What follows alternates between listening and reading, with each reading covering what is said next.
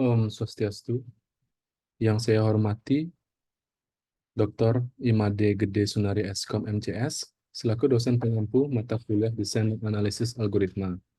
Pada kesempatan kali ini, saya akan memaparkan algoritma yang telah saya pilih dalam ujian akhir semester ini. Topik yang saya bahas yaitu algoritma greedy best first search dalam pendistribusian disposisi surat masuk. Baik, sebelum mulai presentasi, perkenalkan saya untuk memperkenalkan diri. Nama saya Inyuman Wiratmajaya, NIM 2329 101040, kelas E. Di sini, saya memilih algoritma greedy. Algoritma greedy adalah pendekatan dalam pemrograman komputer dan pemecahan masalah yang membuat pilihan optimal pada setiap langkah dengan harapan menemukan solusi global yang paling optimal. Pendekatan ini tidak mempertimbangkan pilihan masa depan atau konsekuensi jangka panjang.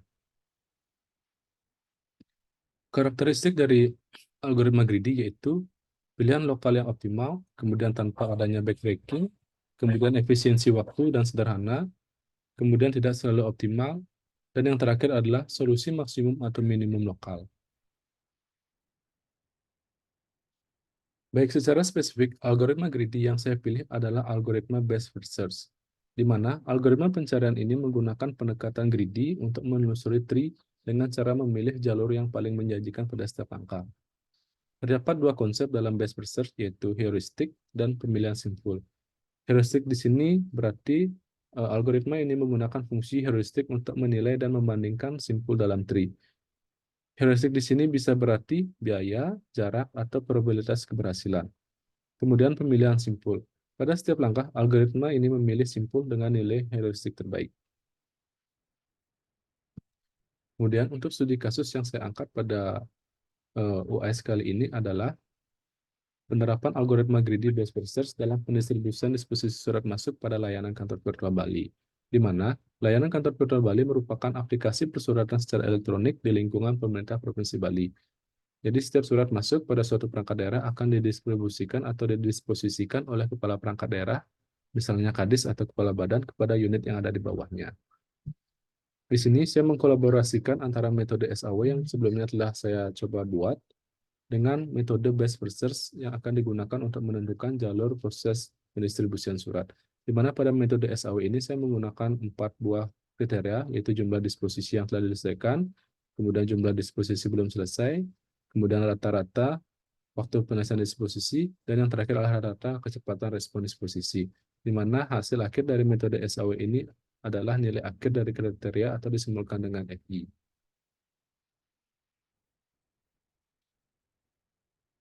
Baik, selanjutnya, dari studi kasus yang telah saya paparkan tadi, di sini saya mencoba untuk memvisualisasikan struktur dari tree yang telah saya buat.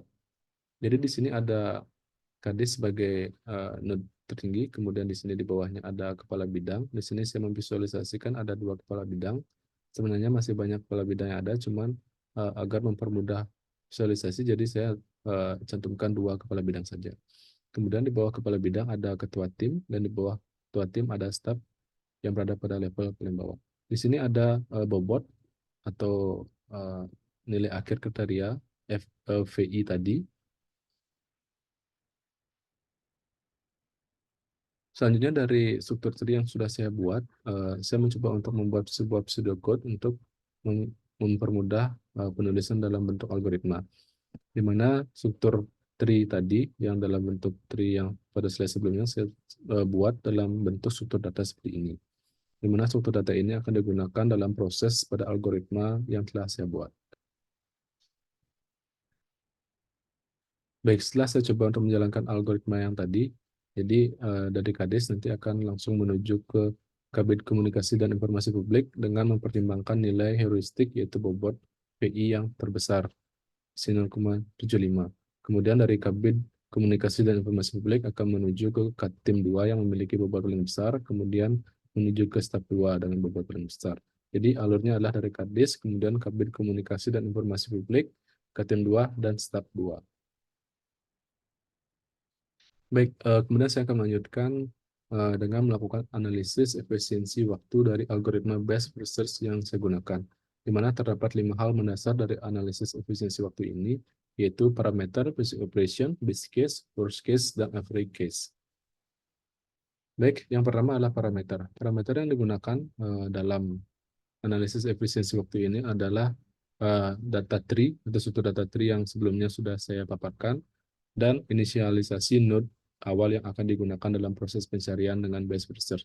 Inisialisasinya di sini saya menggunakan node KDIS sebagai level paling tinggi. Selanjutnya yaitu basic operation. Basic operation di sini adalah fungsi dasar yang dilakukan oleh algoritma best first search. Jadi pada pseudocode atau algoritma yang telah saya buat tadi, basic operation-nya adalah pada bagian yang saya kotak merah, di mana fungsi ini akan melakukan proses menentukan atau mencari nilai bobot terbesar dari child yang ada pada current node. Child dengan bobot terbesar akan diset sebagai current node selanjutnya, dan akan digunakan pada iterasi berikutnya. Selanjutnya base case, atau kasus terbaik terjadi ketika child dengan bobot terbesar selalu terletak pada bagian awal. Ini akan terjadi jika tree terstruktur sedemikian rupa sehingga setiap simpul yang dipilih pertama kali dari akar ke daun selalu memiliki anak dengan bobot terbesar tanpa perlu melakukan alternatif lain. Selanjutnya worst case atau kasus terburuk. Ini terjadi ketika child dengan bobot terbesar selalu berada pada bagian akhir.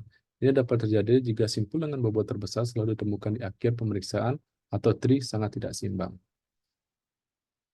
Kemudian average case. Kasus rata-rata akan terjadi ketika heuristik memberikan arahan yang cukup baik tetapi tidak sempurna. Algoritma harus menelusuri sejumlah simpul sebelum menemukan simpul tujuan. Baik, untuk kelebihan dari algoritma based research ini adalah efisiensi. Kemudian efektivitas heuristik, fleksibilitas, optimal untuk pencarian terarah, dan scalabilitas. Efisiensi di sini berarti algoritma ini lebih efisien dibandingkan dengan algoritma pencarian yang tidak menggunakan heuristik, karena mengurangi jumlah simpul yang dieksplorasi. Kemudian efektivitas heuristik. Jika fungsi heuristik yang digunakan baik dan akurat, algoritma ini bisa sangat cepat dan menemukan solusi untuk mencapai tujuan. Yang ketiga yaitu fleksibilitas, di mana dengan banyaknya jenis masalah, membuat best research menjadi algoritma yang fleksibel untuk berbagai kasus. Yang keempat adalah optimal untuk pencarian terarah. Algoritma ini cenderung menemukan solusi yang baik ketika jalur yang diarahkan oleh heuristik memang optimal atau mendekati optimal. Yang kelima adalah scalabilitas. Best research relatif mudah untuk diimplementasikan pada ruang pencarian yang besar dan kompleks. Kemudian kekurangannya adalah yang pertama, ketergantungan pada heuristik. Algoritma ini sangat bergantung pada heuristik. Jika fungsi heuristik tidak akurat, algoritma ini bisa saja mengarahkan pencarian ke jalur yang kurang efisien. Kemudian yang kedua, tidak selalu optimal.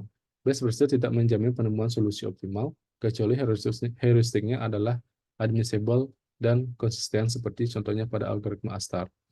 Yang ketiga, masalah dengan ruang pencarian yang besar. Meskipun algoritma ini baik untuk ruang pencarian besar, penggunaan antrian prioritas bisa menjadi masalah jika ruang pencarian sangat besar. Kemudian, yang keempat adalah kemungkinan terjebak di maksimum lokal. Pada masalah tertentu, algoritma ini bisa terjebak pada maksimum lokal, terutama jika heuristik tidak dirancang untuk menghindari kondisi tersebut. Dan yang terakhir adalah kompleksitas ruang. Algoritma membutuhkan penyimpanan semua simpul pembatas di memori, yang bisa menjadi tidak efisien jika banyak simpul yang dipilih harus disimpan. Baik, kiranya itu yang dapat saya paparkan terkait algoritma greedy based research untuk tugas ujian akhir semester mata kuliah desain dan analisis algoritma. Apabila terdapat kesalahan serta kekurangan dalam pemaparan tugas ini, saya mohon maaf sebesar-besarnya. Akhir kata saya ucapkan terima kasih dan saya tutup dengan para Santi. Om Santi, Santi, Santi. Om.